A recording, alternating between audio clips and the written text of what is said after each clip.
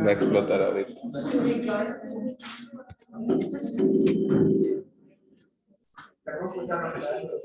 Sí, creo que sí. El ratón está pedaleando en la computadora. Ya, mientras se alista el grupo, chicos, aquí les quiero mostrar el proceso Haber-Bosch. Es bien interesante. Es un proceso incluso que puede servir para el tema de química verde, ¿no? Si les interesa a alguno de ustedes para su proyecto final, ¿no? Es netamente un proceso de transformación de amonio a urea, ¿no? Donde los humanos han puesto, digamos, una intervención para generar compuestos netamente orgánicos, ¿no? Es bien interesante porque surgió durante la guerra, ¿no? Durante la Segunda Guerra Mundial este proceso y básicamente ayudaba a generar lo que conocemos hoy como explosivos, ¿no? Entonces, dentro de lo que es la contaminación por la guerra, entonces el proceso de Haber-Bosch es muy interesante.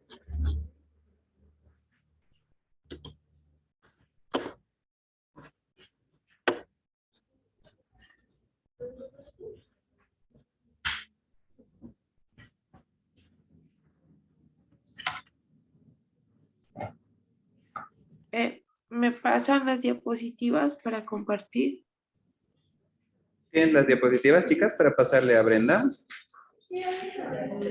Gracias, chicas.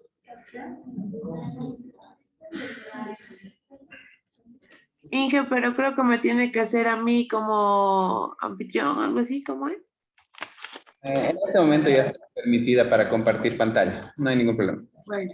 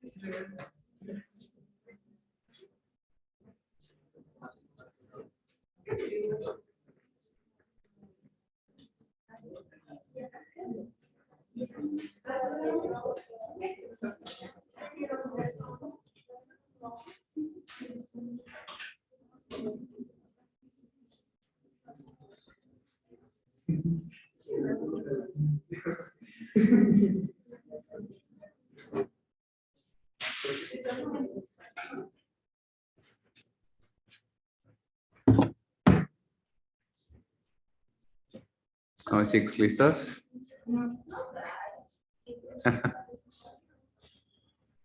Pasen, pasen nomás. Si quieren pasarme para que yo lo pase desde acá, que esta compu está bala, igual, no hay ningún problema.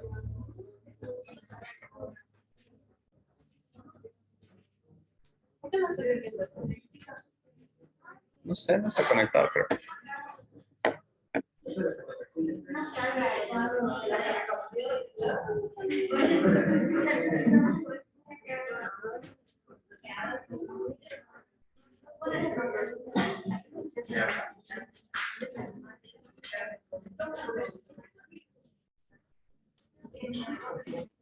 No puedo compartir, es que no puedo.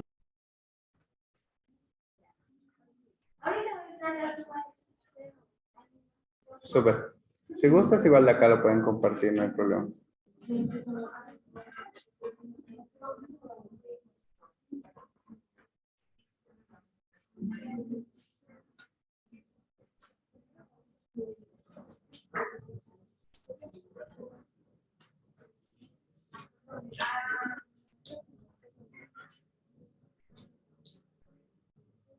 Genial.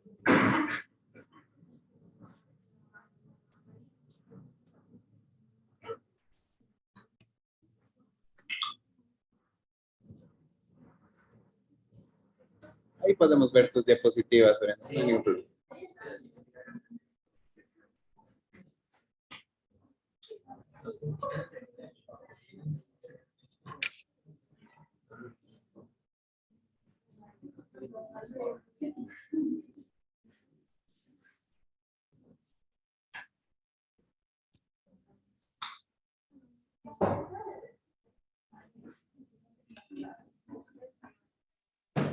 ¿Me escucha? ¿Sí te puedes escuchar? Ay, bueno, ya. Ay, mil disculpas. Bueno, comienzo. Buenas tardes, ingeniero. Buenas tardes, compañeros. Yo voy a disertar el ciclo bioquímico del hierro. Bueno, este es un elemento muy importante en la naturaleza. Es requerido por los organismos también para llevar a cabo diferentes reacciones bioquímicas. También para la... esto se encuentra es muy abundante en la tierra, en la corteza terrestre, también en los suelos.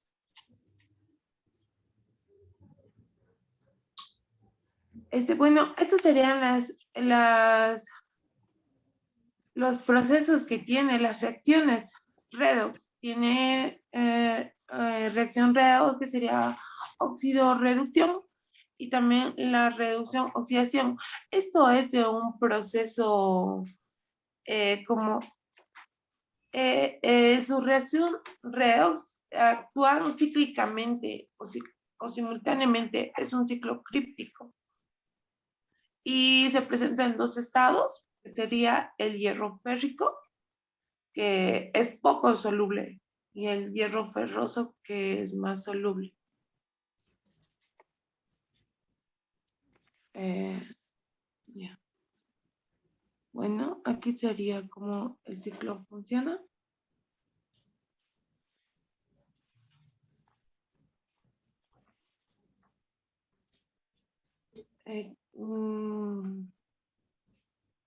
¿Qué más explicar el dibujo, chicas? ¿O lo explico yo?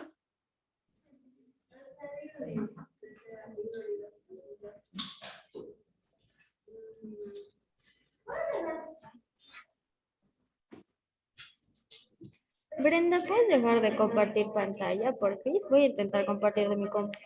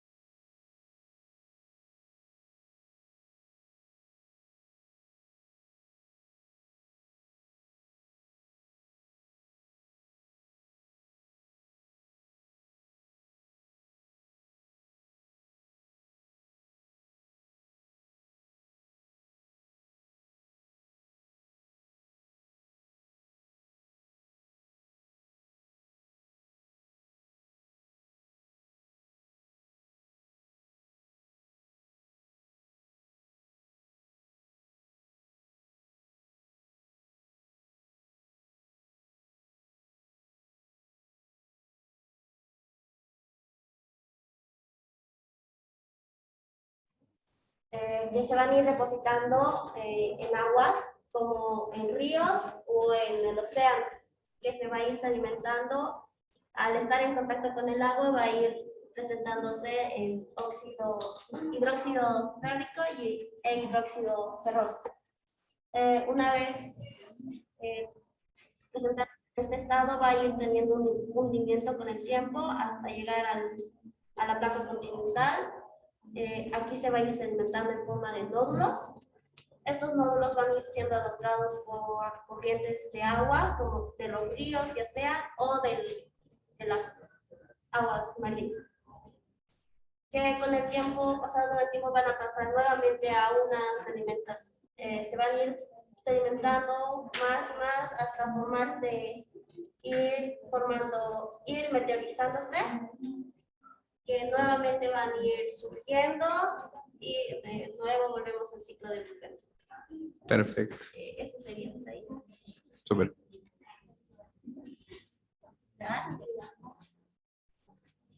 Claro, claro. Ahora, Voy a conseguir no esperaba que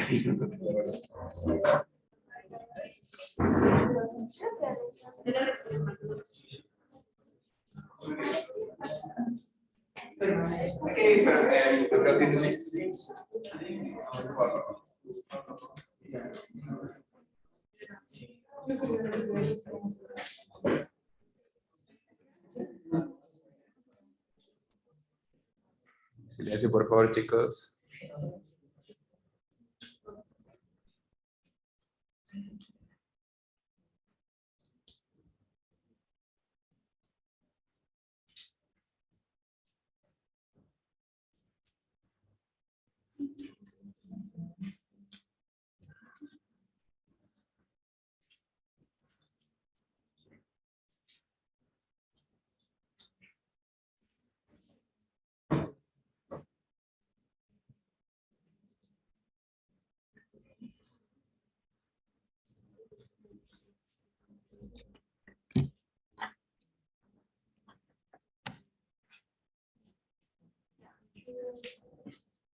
Que en esta forma se va a ir presentando cuando es expulsada en forma de ceniza.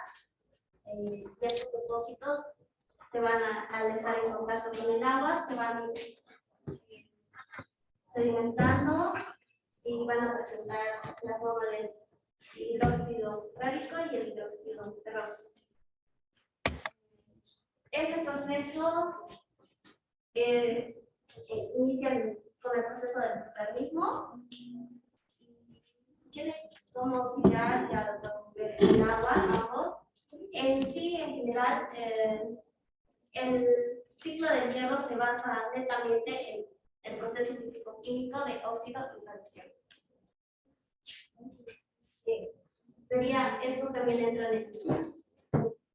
Va y vuelve, va y vuelve.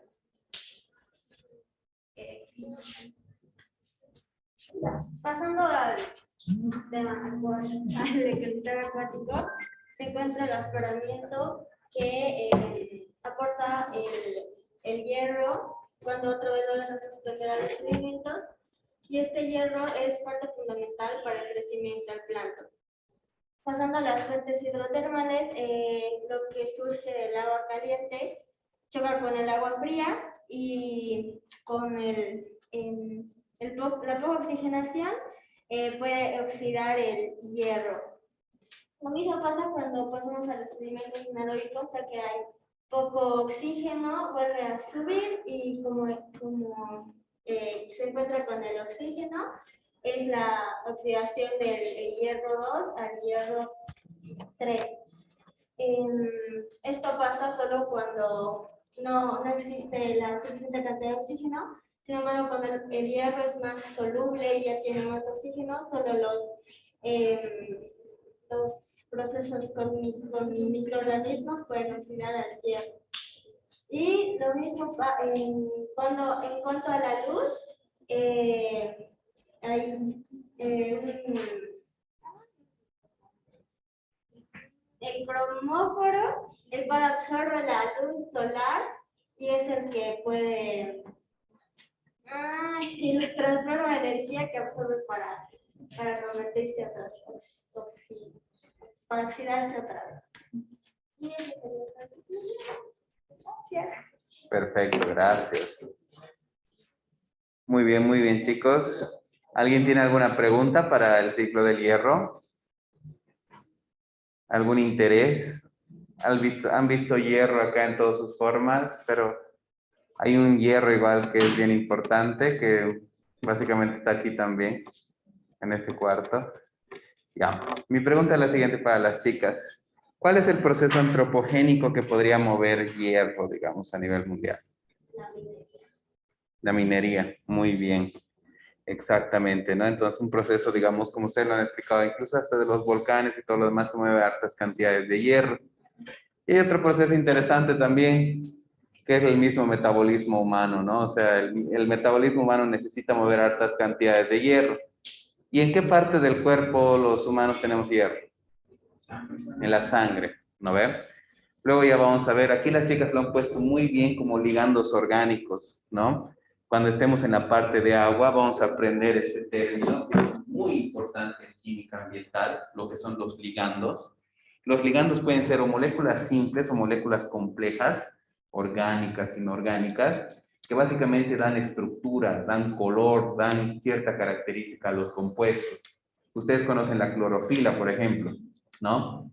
La clorofila es básicamente el magnesio que está unido a un ligando orgánico, ¿no? Si ustedes se ponen a buscar la molécula de clorofila en el internet, van a ver que es un hierro que está netamente al medio, rodeado de toda una masa de un compuesto orgánico, que es básicamente ese color verde netamente de la clorofila.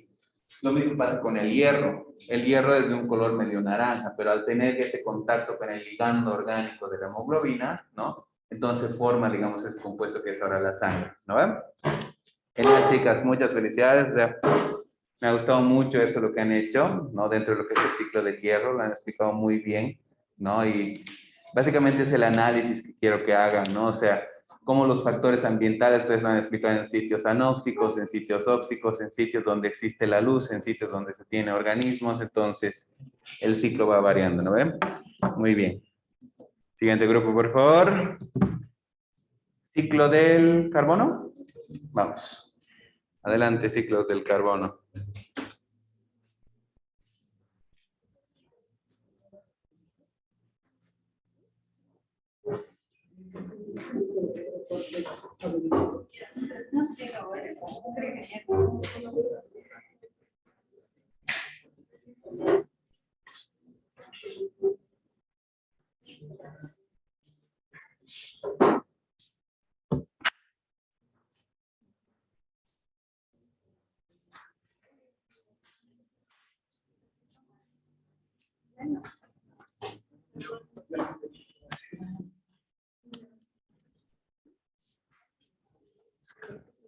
No, normal, chicos. Más bien, gracias aquí. Bueno, nosotros estamos explicando lo que es el ciclo del carbono.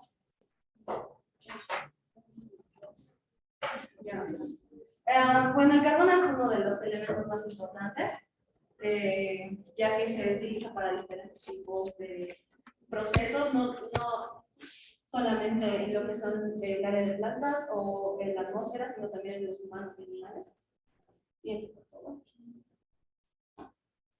Esta es la base o el mapa más o menos que hemos estado utilizando como referencia, donde se puede ver todo lo que es el ciclo del carbono y se puede notar un poco lo que son los pequeños ciclos que tiene cada uno, lo que es, y se encuentra en tres partes, ¿no? Lo que es la atmósfera, la superficie terrestre y lo que son los océanos.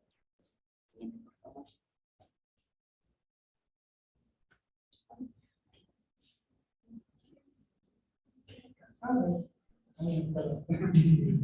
Bueno, en el ciclo del carbono podemos empezar por tres lugares diferentes, ya sea la atmósfera, ya sea la litosfera o la biosfera. En este caso vamos a empezar por la atmósfera. Se puede mezclar el dióxido de carbono con el ambiente en tres situaciones distintas. Una por la evaporación de agua en el océano o en lagos muy grandes. Lo que hace es un intercambio de gases, ¿sí? Sube lo que sería el vapor de agua con el dióxido de carbono y en ciertos casos sube igual monóxido de carbono. También podemos utilizar, bueno, también podemos ver esta mezcla por actividad geológica. Es decir, cuando un volcán hace erupción, bota partículas de carbono al aire, estas se mezclan y se vuelve dióxido de carbono también. O también por reacciones químicas, es decir, se seca un árbol, se cae, hace mucho calor y pues, se prende. Y de ahí directamente pasa de lo que sería el carbono de la madera a lo que sería el dióxido de carbono. También tenemos por temas de... por temas de viento. En lugares donde hay mucho viento, levanta partículas de lo que son las rocas. Estas pueden ser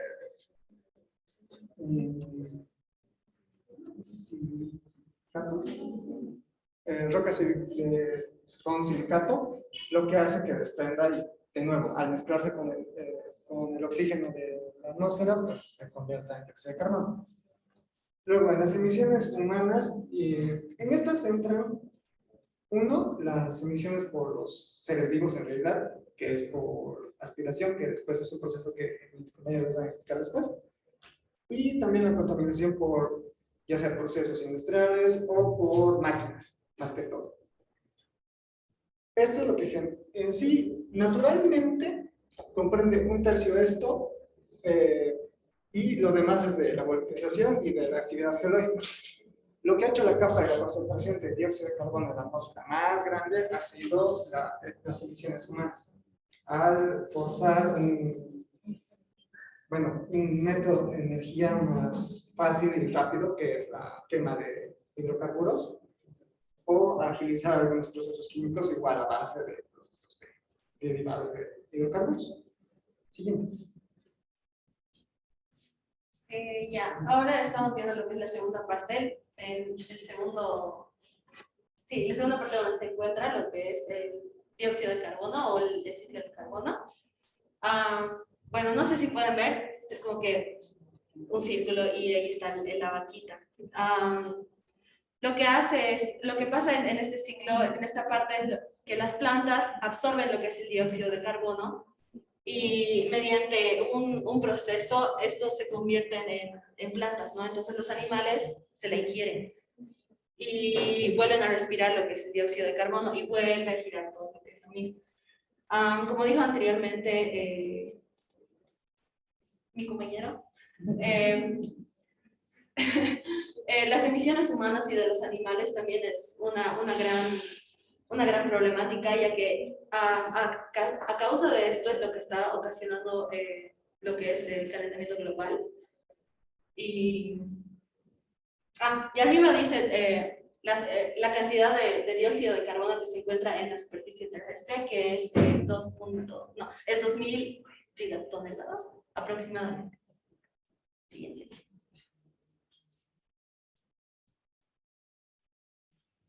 Ya.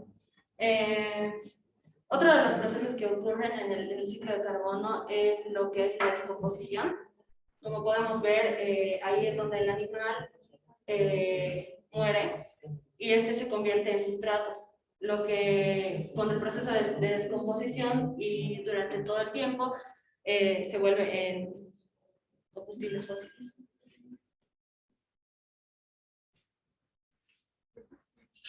Bueno, vamos a seguir con la parte del carbono en el océano. Para empezar, el carbono se disuelve en forma de dióxido de carbono en el océano, siguiendo varios procesos. Vamos a hablar de dos procesos. Uno que es la interacción de la biosfera marina con el dióxido de carbono, que es más o menos similar al proceso que ocurre del dióxido de carbono atmosférico con la biosfera.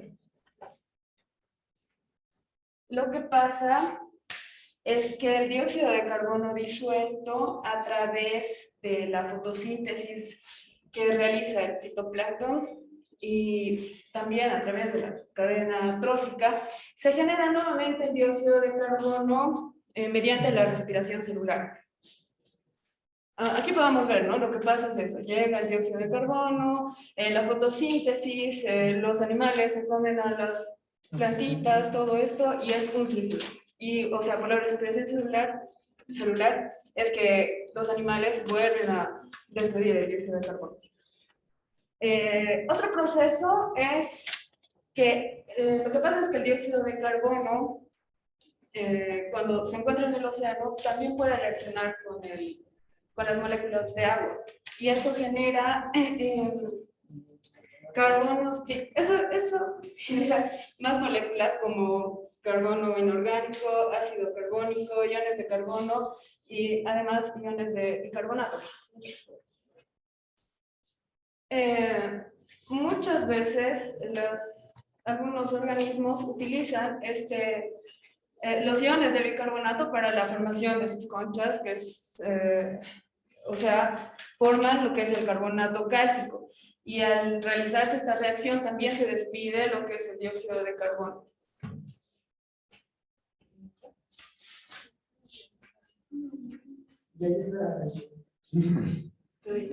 Y eso es básicamente todo lo que pasa, ¿no? Básicamente son 3 ciclos que se unen entre sí, así para hacerlo más sencillo. Podemos unir el ciclo de lo que sería el retorno del vapor del agua a la atmósfera, unir lo que es el ciclo de la Tierra con el agua que va hacia aguas mayores y el ciclo que hay entre la atmósfera y los seres vivos. Al hacerlo más específico, hacemos los ciclos más pequeños. En lo que explicaron mis compañeras fue una parte de lo que sería este círculo, por ejemplo, que sería solamente este. En que el pececito grande se come la alita o el pececito grande se come al otro pececito, y lo que hace es que cuando se muere, pues el calcio y el carbonato que hay dentro de los peces pues, se va al fondo y eso alimenta a las algas o a los microorganismos. Lo mismo, los microorganismos al destrozar los pecitos muertos, pues sueltan lo que sería el dióxido de carbono y eso vuelve otra vez a la vez. Y en esto es el mismo proceso que ella, solamente que ya no es en el agua. Aquí solamente después de mucho tiempo los fósiles o los cuerpos se vuelven hidrocarburos y nada más. Los dos funcionan con respiración celular, lo que es yo aspiro aire, otro dióxido de carbono. Así. Luego, para las plantas funciona de una forma distinta. Agarran la radiación del sol y hacen la fotosíntesis y eso es un proceso en el cual al quemar el carbono que tienen dentro de la planta, botan dióxido de carbono y así siguen aquí. Y eso básicamente sería el tema de los 3 circulitos de ciclo de carbono. ¿Preguntas? ¿Preguntas, chicos? ¿Preguntas? Muy bien. Muy bien, felicidades, chicos. Muy bien explicado el ciclo del carbono. Han explicado lo fundamental, ¿no? O sea, más que todo el ciclo del carbono se va centrando en la parte del océano, ¿no? Entonces, porque es ahí donde se mueve la mayor cantidad de carbono en lo que es, digamos, el ciclo de nuestro planeta. ¿Ok? ¿Preguntas, chicos? ¿Alguna pregunta que tengan una curiosidad sobre el carbono? Yo tengo una pregunta y 3 curiosidades que resaltar, con el anterior grupo también, del hierro. La primera pregunta, ¿existen procesos anaeróbicos, por ejemplo, que no integren aire, que involucren al carbono? Sí. Los microorganismos anaeróbicos son aquellos que no necesitan oxígeno, no, en realidad aire, para seguir creciendo o reproduciéndose.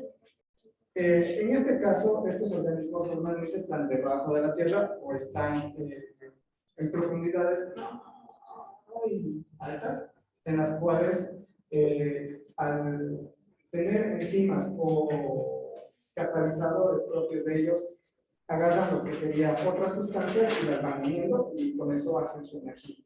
Y así siguen. Perfecto. No, eso es bien importante del metano, ¿no? De la metanogénesis, netamente, que se puede generar a través de ciertos organismos que no siempre van a necesitar oxígeno. No, esa era la pregunta para el grupo. Muy bien. Ahora, 3 curiosidades que resaltar. La primera, han mencionado lo de las conchitas, lo de los materiales cálcicos de muchos organismos. Es una parte bien triste del ciclo del carbono, porque netamente cuando nosotros aumentamos el dióxido de carbono en el planeta, eso llega al océano. Y como los chicos bien han explicado, eso genera un equilibrio con esos carbonatos que son parte de la estructura misma, ¿no? Es como que un esqueletito, digamos, de un pez, netamente, digamos que son sus caparazones, etcétera, están caminando. Y si nosotros seguimos emitiendo dióxido de carbono, es increíble, pero el equilibrio, que lo vamos a ver en la parte de agua, va a hacer que se les vaya disolviendo, ¿no? Entonces tú ves así esos mismos organismos que tienen unos huecos, llega un momento donde se les empieza a salir sangre y todo lo demás, ¿no? Entonces es un fenómeno bien carnívoro, no sé, bien sádico se puede decir de el ciclo del carbono, que es muy interesante, ¿no? Han hablado del dióxido de carbono muy bien, o sea, de la parte del calentamiento global, o sea, es de importancia fundamental el controlar, digamos, este tema del dióxido de carbono, ¿no? Y ahí viene mi tercera intervención que quiero hacer acá y conjuntamente con el ciclo del hierro. Actualmente hay proyectos a nivel mundial que los están financiando varias empresas altamente reconocidas, Microsoft, está financiando Elon Musk, etcétera, para hacer el tema de la geoingeniería. Los invito a ver, ¿no? Cualquier momento pueden ustedes revisar el tema de geoingeniería en los océanos. Compartir acá.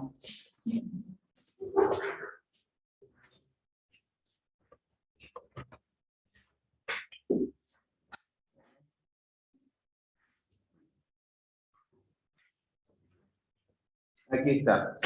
Hay ciertos proyectos que tratan de ver el tema de la fertilización de los océanos. O sea, los humanos quieren intervenir en el ciclo del hierro y en el ciclo del carbono de una forma drástica, ¿no? Y para eso están buscando científicos que conozcan bien los ciclos, justamente estos dos ciclos del hierro y del carbono, para hacer este proyecto posible. ¿Qué es lo que quieren hacer? Básicamente quieren salvar al planeta de este tema del cambio climático, justamente botando altas cantidades de hierro al océano, ¿no? O sea, quieren ir con helicópteros, con barcos y todo y empezar a soltar altas cantidades de hierro al océano para favorecer la aparición de algas, de blooms de algas, ¿no? Y esos blooms de algas quieren que absorban el dióxido de carbono y luego aumenten la cadena trófica de los océanos. Hay dos bandos ahí, el bando de los, digamos, ingenieros que están, digamos, en pro de este proyecto para salvar el planeta y el bando de las personas, digamos, que estudian más la parte ecológica, porque van a alterar todo lo que es el ciclo marino al básicamente dar más comida, digamos, a ciertos peces y obviamente va a alterar todo el ciclo natural, ¿no? Entonces, está en una pugna entre los dos y bueno, la ciencia es la única que va a develar cómo se va a solucionar este problema, ¿no? Pero es una alternativa a que no nos muramos todos por el cambio climático en los años 2050. ¿Ok? Continuamos. Ahora sí, ciclo del fósforo.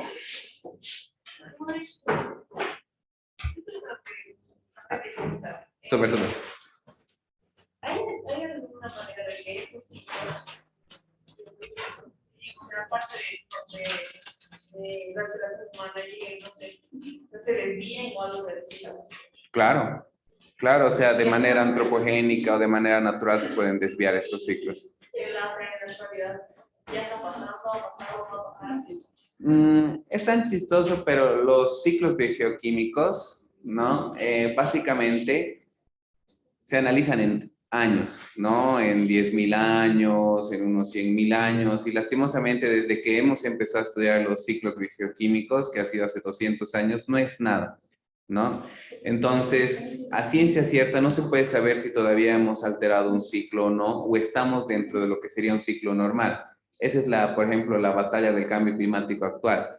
Muchos piensan que es un cambio climático natural, que sucede a nivel mundial por todos los organismos vivos que existen, pero otros dicen que es por culpa de los humanos, ¿no? Todavía está eso en discusión. No se sabe a ciencia cierta al 100% si es culpa de los humanos, etcétera, que estamos alterando el ciclo del carbono, etcétera, emitiendo más grandes cantidades, pero ya lo veremos pronto, ¿no? O sea, han habido miles de extinciones y todo lo demás, o sea, varios organismos en el planeta ya se han extinguido, los dinosaurios y todo lo demás. Ha habido no solamente así la extinción por la parte del meteorito, sino hemos tenido varias eras glaciales, netamente que han ido, digamos, alterando los ciclos, pero bueno, es el tema del equilibrio y el balance natural se analiza más que todo en muchos años, ¿no? Si quieres saber mucho más sobre este tema, te recomiendo esta lectura, si les gustan los libros. No, está en español también. Se llama La venganza de Gaia, ¿no? La pueden encontrar ese librito igual como les he mostrado. Si les gusta mucho la lectura, ¿sí? Es de James Lovelock, ¿no? Es un biólogo, netamente es un capísimo, netamente que estudia los ciclos bioquímicos Y este libro es una ficción bien interesante de cómo el mundo se va a destruir por los propios humanos, netamente, y cómo los ciclos biogeoquímicos han ido alterando estos propios ciclos, ¿no? Es como la Tierra va a pelear por recuperar su equilibrio, ¿no? Si en algún momento, digamos, los humanos nos sobrepasamos en lo que es el equilibrio mismo de la Tierra, lo que tú dices, la alteración, entonces la Tierra va a responder de otra forma, ¿no? Entonces, este libro es bien fantástico porque dice que las mismas algas nos van a matar y todo lo demás, ¿no? Entonces, o las mismas bacterias, que es algo que está ocurriendo, ¿no? No importa lo que nos pase a nosotros, la Tierra va a seguir funcionando igual. Va a seguir funcionando, porque si nosotros, digamos, ponemos el equilibrio de la balanza hacia un lado, la Tierra lo va a poner el doble, entonces vamos a ir moviéndonos hasta llegar de nuevo a un equilibrio estático, ¿no? Es justamente lo que dice este libro, es bien interesante. La venganza de Gaia, ¿por qué la Tierra se defiende? ¿Cómo podemos salvar la humanidad? Es un libro de James Lovelock, algunas ediciones, de climática de la Tierra, etc., ¿no? Es algo bien interesante. Pero sí, muchas gracias por la pregunta. Genial. Vamos, chicos, el ciclo del fósforo, muy bien. Andy, se han trabajado. Chao, chao.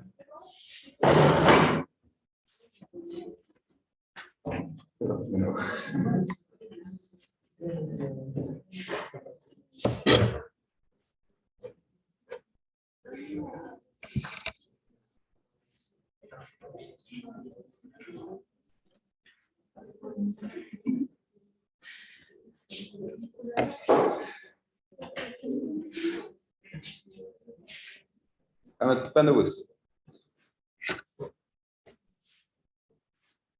Buenas tardes, estimados compañeros, docente. Hoy día en mi grupo vamos a hablar sobre el ciclo biogeoquímico del fósforo. El fósforo es el elemento 15 de la tabla periódica, tiene como símbolo P, y en nuestro planeta está presente principalmente en la litosfera y en la hidrosfera. Como el fósforo no conforma compuestos volátiles, no forma gases que estén directamente en la atmósfera. Ya vamos a empezar con las rocas fosfatadas, donde estos se pueden erosionar, ya sea por los movimientos de las placas tectónicas o también ya sea por minería, donde se puede liberar lo que es el fosfito en general, los fosfatos. Y eso lo puede liberar ya sea en el suelo o también en el agua. Entonces, eso también puede absorberlo ya sea por las algas o por las plantas por el proceso de fijación. Bueno, ya sea en las plantas, algas, incluso microorganismos como puede ser el plancton, este fósforo se convierte por su metabolismo de estos seres vivos en fósforo orgánico, que es estos mismos fosfatos que conforman diferentes moléculas orgánicas como puede ser el ATP, o en forma de ácido fosfórico son parte de los ácidos nucleicos como el ADN o ARN. Ahora llega la cadena trófica, es decir, que los seres vivos se comen entre sí. En este caso, este árbol, por ejemplo, se lo come la jirafa. Al comérselo, esos compuestos llenos de fósforo pasan al organismo de la jirafa, la cual también va a formar su propio ATP, ADN, ARN, y en este caso, al ser un ser vertebrado, también va a formar sus huesos que tienen grandes cantidades de fosfato de calcio. Bueno, asimismo, este león o cualquier otro animal va a comer al otro animal y va a formar sus propios compuestos orgánicos de fósforo en sus organismos. En este caso en particular, las aves marinas, sobre todo, que pueden comer a los peces, los cuales igual han comido algas, igual son parte de esta cadena trófica.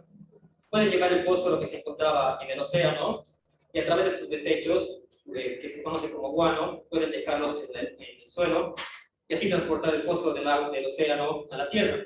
O por esa misma adherencia a sus excrementos, en el proceso llamado advección, puede llevarlos por el aire a grandes distancias.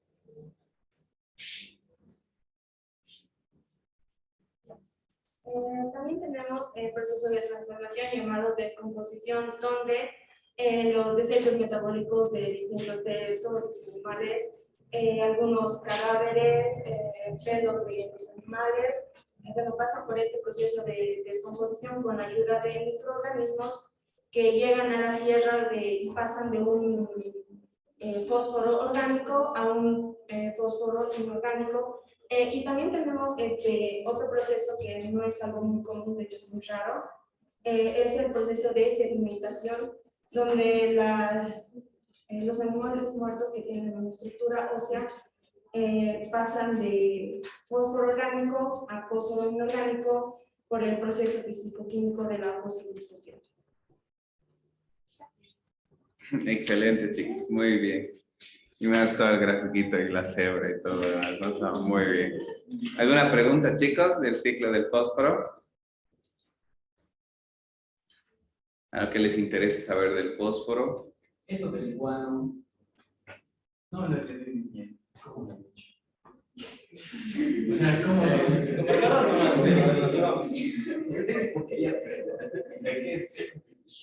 Pues bueno, todos los animales tienen sus desechos. En este caso queremos explayar el ratón de las aves, que es importante. ¿Por qué? Porque pueden transportar el fósforo a grandes distancias. En este caso, esta vez ha comido un pez. Y el fósforo de este pez, que pertenecía, por decirlo así, al océano, lo ha llevado hasta la Tierra a través de sus desechos, ya que esos desechos igual tienen varias moléculas orgánicas que contienen fósforo.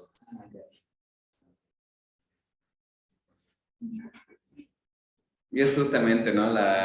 Que se llama el dato que yo quería resaltar de los chicos, de que hasta el 2015, o sea, el ciclo del fósforo solo se basaba en reacciones netamente de metabolismo, netamente de los organismos vivos, ¿no?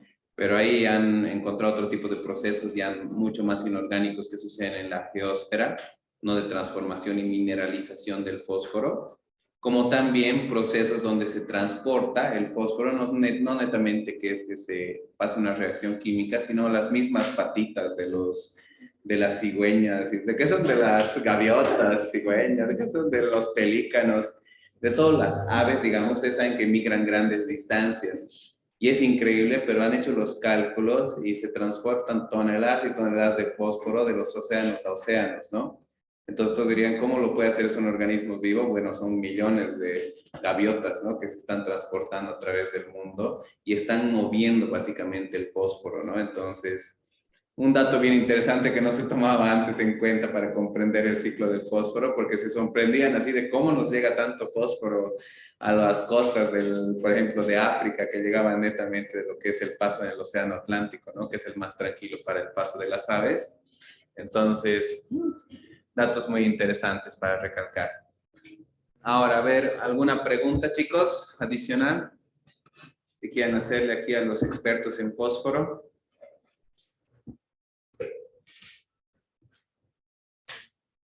Lo que me gusta de estas exposiciones es de que ya estamos empezando a dominar mucho más lenguajes que incluso no hemos visto en clases, ¿no? Han manejado ya el término de ligandos, han manejado el término de especies, y ahora han manejado el término de orgánico, inorgánico y todo lo demás. Entonces, eso nos va a ir, digamos, ayudando mucho en el semestre, que entendamos de que las especies también se pueden clasificar de acuerdo a su forma, ¿no? Si están en su forma orgánica, de acuerdo a su forma inorgánica y todo lo demás, y que cada una tiene sus características diferentes, ¿no? Eso. Hay una duda más. ¿Por qué se le dice fósforo al fósforo?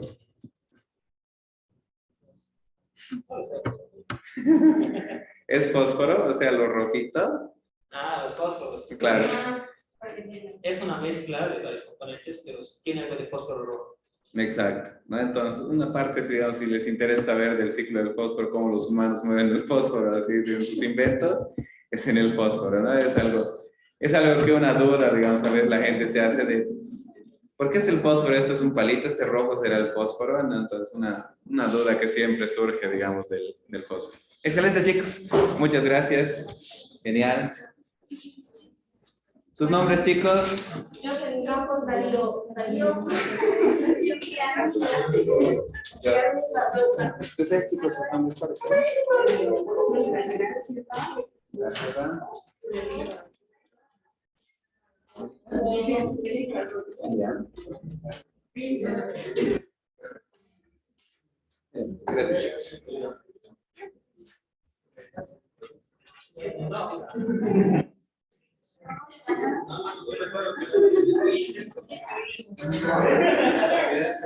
Vamos, chicos, ciclo del vanadio.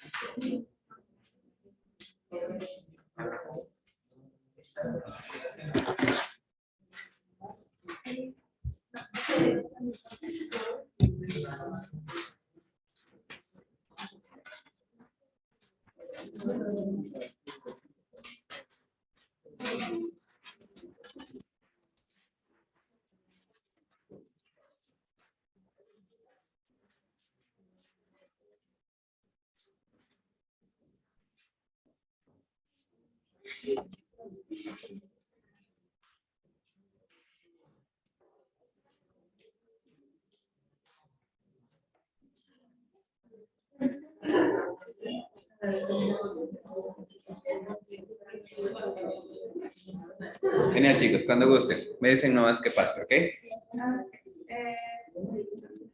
Buenas tardes, Rodri. Buenas tardes, compañeros. Vamos a exponer el ciclo bioquímico de vanadio. Los participantes son yo, mi persona, Maribel, Tierra y David Chávez. Siguiente, ¿no? Sí.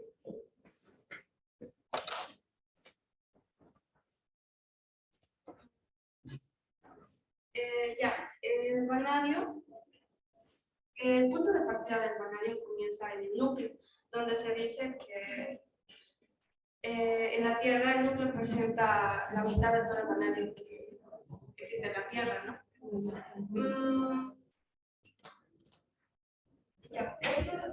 Hemos encontrado sobre pentáxido de vanadio, tetráxido de vanadio y dióxido de vanadio. Donde decimos que el pentáxido de vanadio es el que más abunda y es uno de los más peligrosos.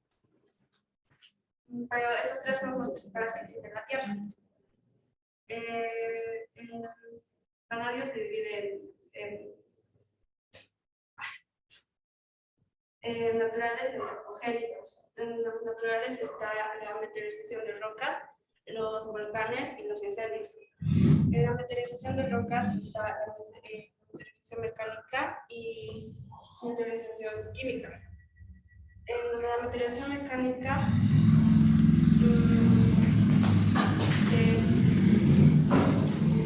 donde las rocas se hacen fragmentos pequeños, donde las rocas empiezan a disminuir con el paso del tiempo, y la meteorización química, donde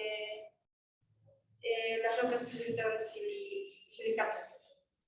Y todo esto anualmente presenta 1.620 toneladas cada año.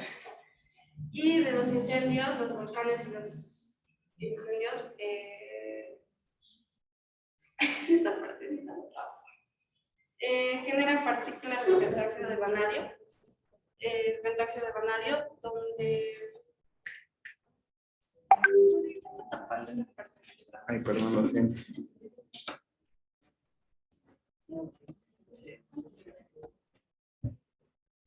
No, pero deja de compartir. No, ahí me envió otro.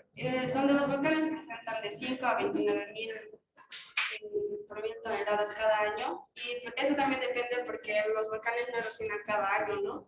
Y cuando erosionan es donde más vanadio los sueltan, ¿no? Yes. Ahora, de la forma antropogénica, la principal sería de la extracción de petróleo y carbón y la combustión de este mismo. Y también de los derivados del petróleo. Otra forma sería de la minería. Anualmente se extraen aproximadamente 130.000 toneladas por año, en la cual se usa para la fabricación de acero, baterías redox y catalizadores químicos. En las industrias estas, el tetraóxido de vanadio lo funden para causar mineralización al trióxido de vanadio. Y este a su vez libera un compuesto tóxico, que es el trióxido de vanadio, que por los procesos eólicos, sumado todo al tetraóxido de vanadio, se lleva 150.000 toneladas. Luego todo esto, lo emitido por los procesos eólicos, puede precipitarse de forma húmeda y de forma seca. De forma húmeda, de 56.000 toneladas llegan al océano y a la tierra, y 16.000 toneladas de forma seca, en partículas suspendidas.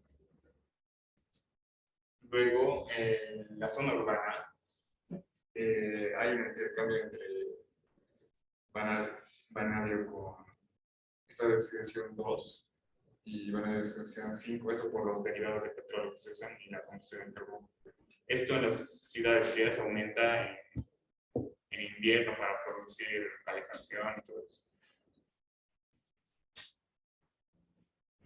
Lo que llega al mar principalmente es el vanadio 5 y puede llegar a ser mineralizar vanadio 5 y vanadio 3 y se puede producir bioacumulación en algunos animales marinos, algas y otras especies,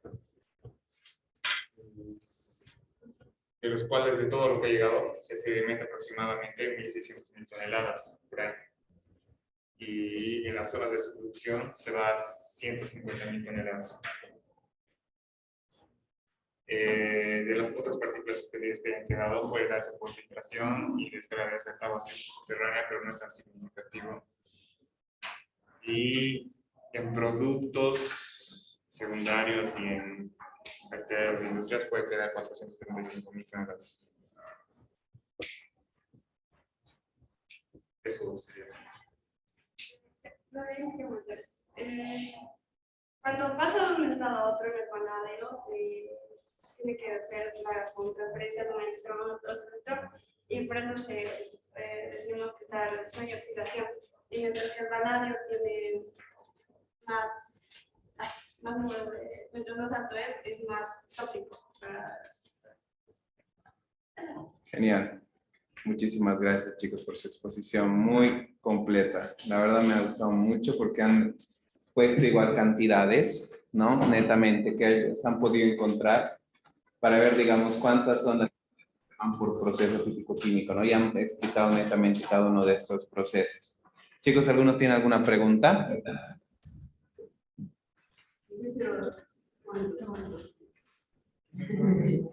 Muy bueno. Subirlo a Google, no hay así.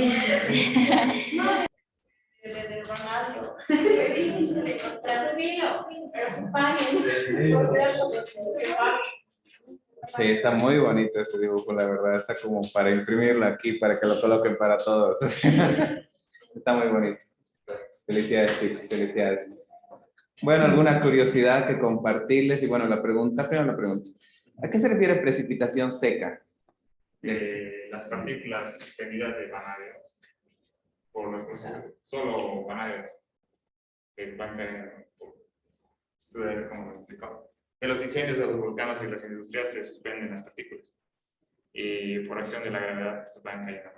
Exactamente. Y la humedad es que se juntan con el agua y se mezclan. Y caen. Exacto, ¿no? O sea, la precipitación húmeda más que todo está relacionada con la lluvia ácida y todo lo demás, ¿no? La precipitación seca, como ya estamos viendo en la atmósfera, ¿no? Netamente se debe por las fuerzas de gravedad y de presión, donde la misma partícula no requiere de un fluido así como el agua para netamente llegar al suelo, sino por su propio peso, por su propia densidad y la gravedad. Entonces, netamente precipitan o sedimentan, ¿no? Netamente el término más utilizado es precipitación seca, ¿no? Porque algunos pueden decir, no, pero la precipitación es la lluvia, ¿no? Entonces, pero también se puede dar este tipo de precipitación seca. Muy bien. Ahora, algo bien interesante que lo han resaltado al final, ¿no? Dentro de todo este grupo de compuestos, o sea, ¿por qué he puesto ciclo del vanadio dentro de todos estos? Porque es un ciclo básicamente que se estudia a nivel de toxicidad, ¿no? Cuando uno está estudiando, más que todos los chicos han mencionado mucho lo que es las actividades antropogénicas, hablamos de ciclos de toxicidad que se deben a ciertos tipos de compuestos. Y lo que han recalcado al final está excelente porque en sus formas oxidadas es donde tiene más toxicidad, ¿no? Digamos, en el vanadio más 4 han puesto ahí. Sí, más 4, primero, más 3, vanadio más 5. Vanadio más 5. Pero es menos tóxico sería menos 3. Exactamente, lo mismo pasa para el cromo, ¿no ve? Saben que el cromo 6 es mucho más tóxico que el cromo 3, por ejemplo. Y si no, vean la película de la rubia, no me acuerdo si se llama. No sé si han visto la película donde tiene un lío con una empresa. ¿Qué se llama? Esta chica es antigua, esta peli. Es de una abogada. No, no legalmente rubia. ¿Qué se llama? Contaminan, creo, una escuela y todo un barrio con cromo, netamente de una empresa, y ella es una abogada que le contratan, y se vuelve más química que los de la universidad, ¿no? Para estudiar este tema netamente del cromo. ¿Qué se llama esta chica? No recuerdo. Erin Brockovich, ¿no? Erin Brockovich, esa es la película. ¿No? Entonces búsquenla, también es interesante. Incluso mencionan este tema de los compuestos y estados de oxidación y por qué se dan este tipo de ciclos, ¿no? Para estudiar netamente.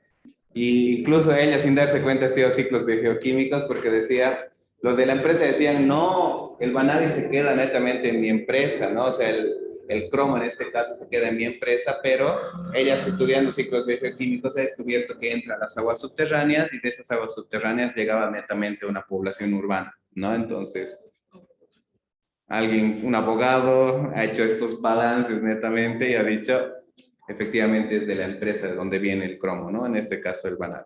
Muy bien, chicos, felicidades. Muchas gracias.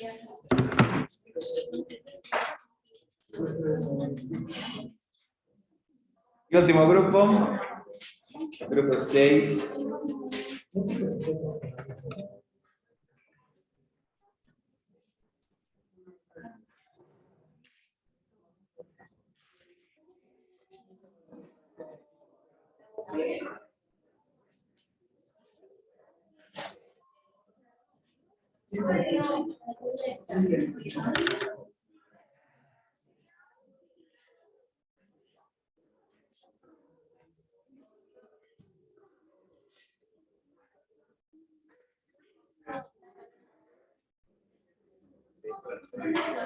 Ah, la rubia se llama Julia Roberts, se me acuerdo.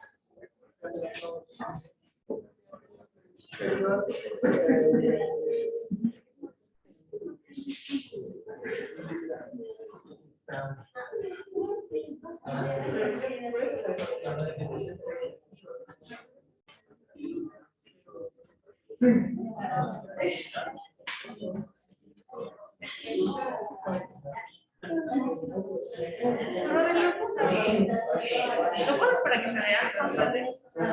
Ahí en todos. No, yo estoy compartiendo. ¿Quieres pasarlo más grande? Eso, así.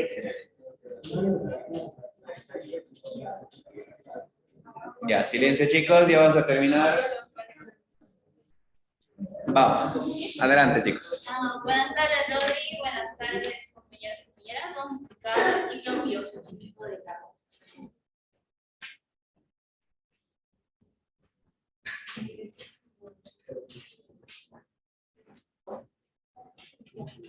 Bueno, por las propiedades físico-químicas del agua, este elemento va a tener un continuo movimiento, tanto en la atmósfera, en la hidrosfera, como en la geósfera.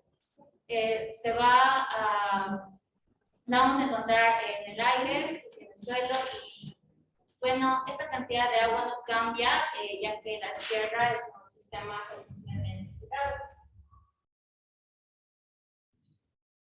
Vamos a empezar por la evaporación.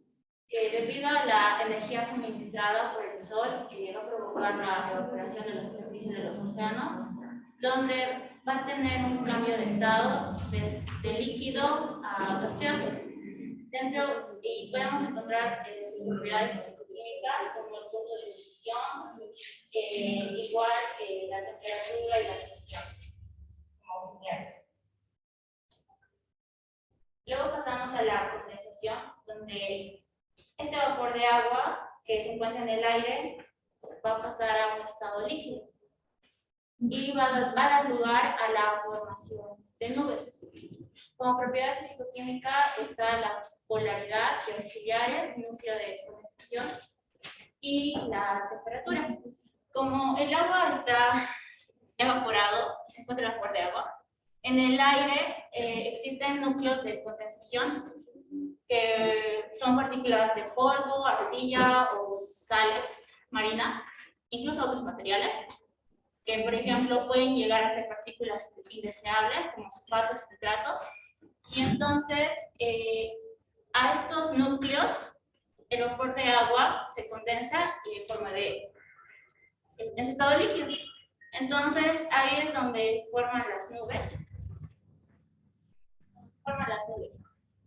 Y bueno, vamos a pasar a lo que es la formación de nubes, que se da cuando el aire esté enfriado lo suficiente como para que su humedad relativa exceda ese 100%. Entonces, las nubes son gotas de agua o pueden ser también cristales de hielo, pero muy diminutos, que están suspendidos en el aire, ya que su densidad es mucho menor que el aire. Y también está en función de la altura de la nube y de la temperatura de la atmósfera. Entonces, en la nube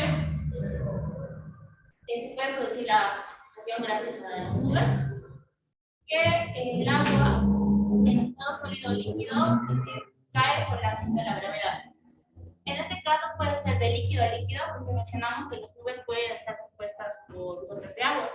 Entonces, también puede pasar de líquido a sólido por los diferentes procesos que suceden dentro de las nubes. Primero, el proceso de coliseo-coalescencia, donde las corrientes ascendentes de aire en la nube ocasionan la colisión de gotas. Entonces, va a aumentar el tamaño y peso, y entonces va a descender debido igual a la gravedad. Y al bajar, se va a juntar junto con otras gotas y se van a dividir. Esto se llama una reacción cadena. También está el otro proceso de Bergeron, donde ocurre a temperaturas menores a 0 grados centígrados, donde agua en estado líquido, también pueden ser gotas superenfriadas. Estas se evaporan y se van a sublimar. Y también existe agua en estado sólido, que son los cristales de hielo. Y bueno, dentro de sus propiedades físicas, la polaridad, la masa molar del agua, el punto de ebullición y sus auxiliares, la temperatura, la presión y la gravedad.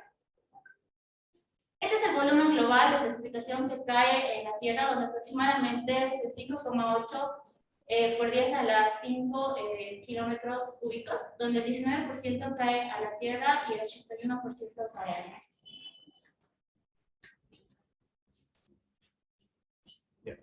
Continuando con esta parte, está el agua de lluvia durante el proceso de la precipitación. Para empezar, en la precipitación el agua no es 100% pura, siempre tiene su porcentaje de impureza, ya que puede tener algunos metales u otro componente, bueno, pues se usa el carbono, argón, algún metal pesado, etc., dependiendo. ¿Esto cómo es? Depende de la zona en la que se esté haciendo la misma precipitación o donde se recibe el agua. Por ejemplo, Volkswagen en Alemania es la empresa que más, bueno, empresa automovilística de autos más contaminante del mundo. Por toda esa zona en los últimos 3 años se encontró varias precipitaciones con lluvia ácida, ya que toda esta zona tiene, bueno, Volkswagen tiene un proceso de construcción de autos bastante contaminante, mayormente con nitritos.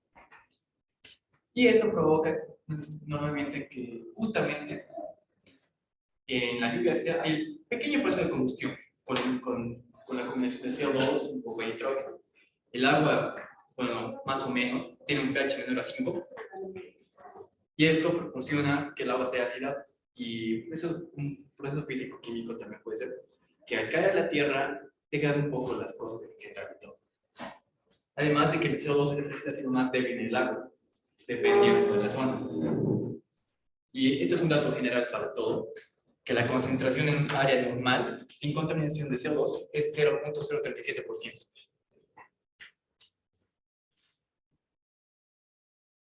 Hay algo también, algo curioso, es que 25 miligramos de CO2 es suficiente para matar a personas. Es bastante tóxico esa concentración. También, que si estamos en un día normal aquí en la ciudad, se necesitan alrededor de 20 minutos para que todo el proceso de precipitación ya sea más limpio, ya que en los primeros 20 minutos todo el agua que está cayendo se halla, bueno, está precisamente todos los contaminantes de CO2 y argón que pueda haber en el aire. Por eso 20 minutos hay que esperar para que recién sea pura.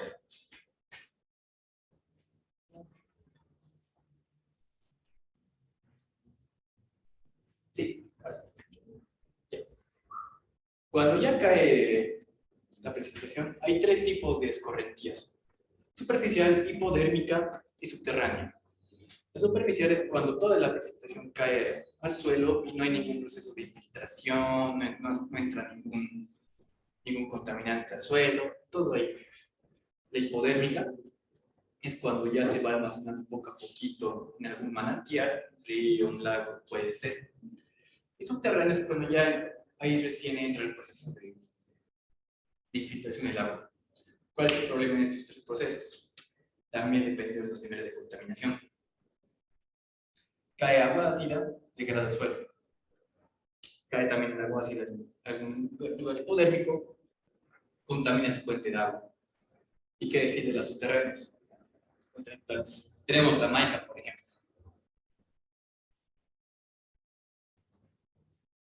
Ya, esta es una mini esfera del proceso, que es la evapotranspiración. ¿Qué es la evaporación desde el suelo y desde la superficie cubierta por plantas? ¿Cómo es? ¿Qué necesita para esto?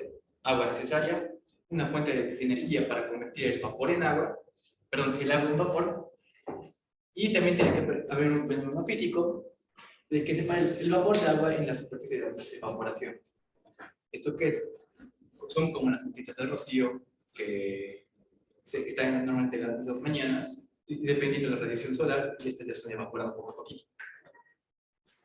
Por ejemplo, bueno, esto afecta a la velocidad, como dije, la humedad relativa, temperatura, velocidad del viento, ahí depende igual si es que el viento está un poco rápido, tardaría en calentarse algunas cositas. Y también características gráficas. Como ustedes saben, hay varios tipos de suelo, es una reacción diferente. Hay justamente la ecuación de evapotranspiración. Es ETO por sigma 0.46 temperatura media anual más 8.3. La sigma, es sigma, es la insolación media diaria y T es la temperatura media diaria. Eso lo va a dar un poquito en el cambio climático. Eso también se lo conoce como método Planning. Y porque se han hecho los cálculos de aquí de Cochabamba cuánto se puede ver evapotranspiración y es de 275.82. No sé, ese no fue de medir. Un poquito.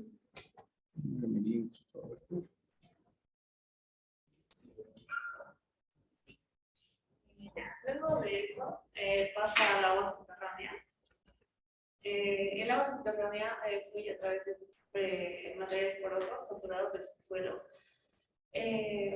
Y este puede venir por infiltración, por el proceso de infiltración, a través de aguas urbanas, aguas de lluvia o nieve, y lagos y ríos. La infiltración está más relacionada al movimiento del agua de la parte de arriba, superficial, y que va bajando. Pasa de agua de líquido a líquido, pero va variando porque el agua que viene del área urbana, digamos, viene alterada. Y también la ausencia de temperatura y turbidez, y algo que he encontrado que no sé si es correcto, si está bien una propiedad que pasa de, digamos, de la infiltración del subsuelo hacia los lagos y ríos, sería la tensión superficial. También agregar por esto es que todo esto es proceso natural, pero próximamente, gracias a lo que es lo hermoso que es Toyota, que está creando motores a hidrógeno. Estos también hacen, bueno, no producen ninguna, bueno, esto se conoce como emisión carbono neutro. En vez de soltar al aire CO2, N2, cualquier gas tóxico, lo que suelta es agua. Y ahí se puede ver otro mini esfera de proceso de transpiración de la.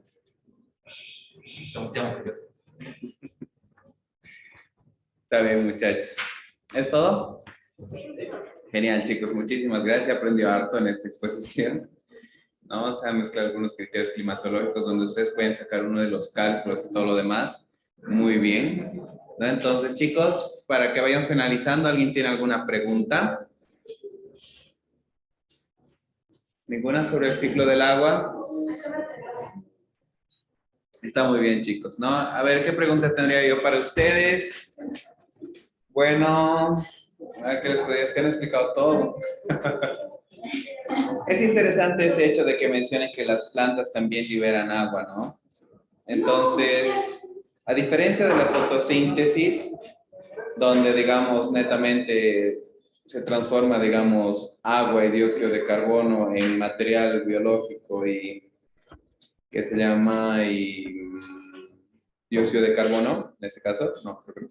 Pero bueno, la cuestión es de que las plantas también lo pueden hacer, o sea, pueden liberar agua. ¿A través de qué proceso es ese?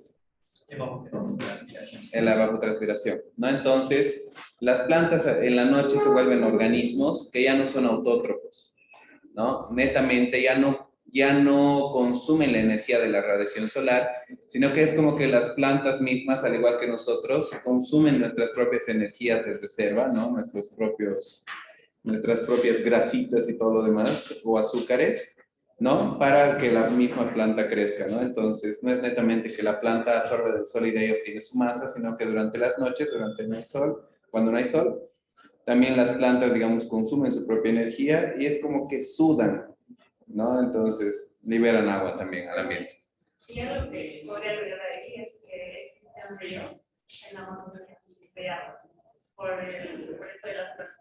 Exactamente, ¿no? Entonces, esto de los ríos de agua igual es muy interesante. Hay millones de mapas que los han desarrollado, digamos, en las universidades y todo, donde presentan y muestran que el Amazonas es uno de los sitios que presenta estos ríos de agua gracias a la evapotranspiración, ¿no?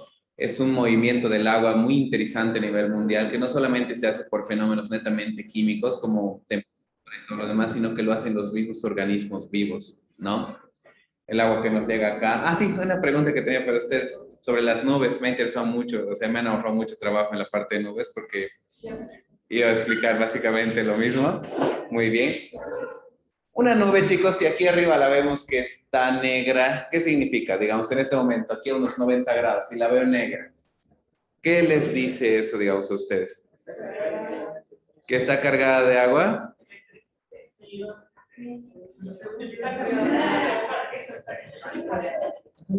Es algo bien interesante, pero es un fenómeno más que todo de luz y no tanto de agua, ¿no? Porque en algunas circunstancias pueden ver que el cielo está así despejado, pero de la nada hay una nube negra, ¿no? Eso se da más que todo por fenómenos de la sombra. Y si es que nosotros, digamos, flotáramos hasta la misma altura de la nube, veríamos que es una nube que es mucho más alta, ¿no? Que son las estratonimbus, no me acuerdo qué se llaman esas nubes, específicamente los cumulonimbus, no creo. Pero Artocumulus creo que es el más alto, ¿no ve? Que es así como unas líneas más que todo que van, digamos, hacia el cielo. Y netamente genera un fenómeno de sombras que hace que nosotros viéndolo, digamos así, de manera perpendicular, nosotros veamos pues, directamente una nube negra, ¿no? Entonces, ay, va a llover, entonces nos puede dar ese tipo de situaciones. La densidad de las nubes hace, digamos, que no llegue tanta luz del sol y es como una sombra que se genera por abajo, ¿no? No siempre significa que tiene una alta carga de agua, ¿no? Sino que netamente no está llegando mucho sol para generar, digamos, esa sombra o esa luminosidad de la misma nube, ¿no? Eso sería todo, chicos. Muchísimas gracias. Ya tengo sus calificaciones, se las voy a poner en su examen así con sus cositas bien bonitas. Y la Estela va a venir, yo creo, le voy a mostrar sus diapositivas de la mayoría, ¿no? Quiero que las publique, están muy bonitos sus dibujos. Y esa cartulina es mía, así que me la voy a quedar. Me reservo los derechos de autor, ¿verdad?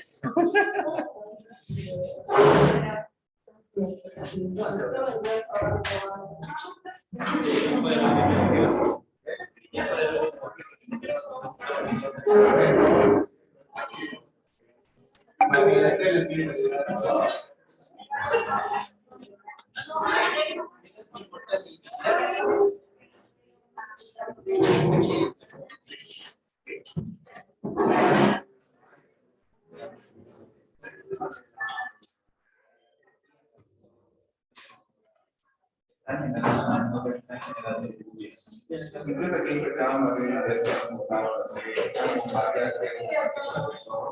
para que también sean los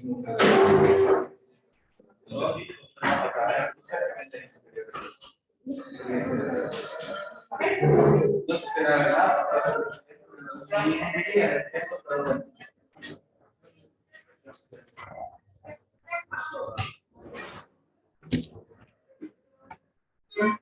eso sería todo, Brenda. Muchísimas gracias por tu participación.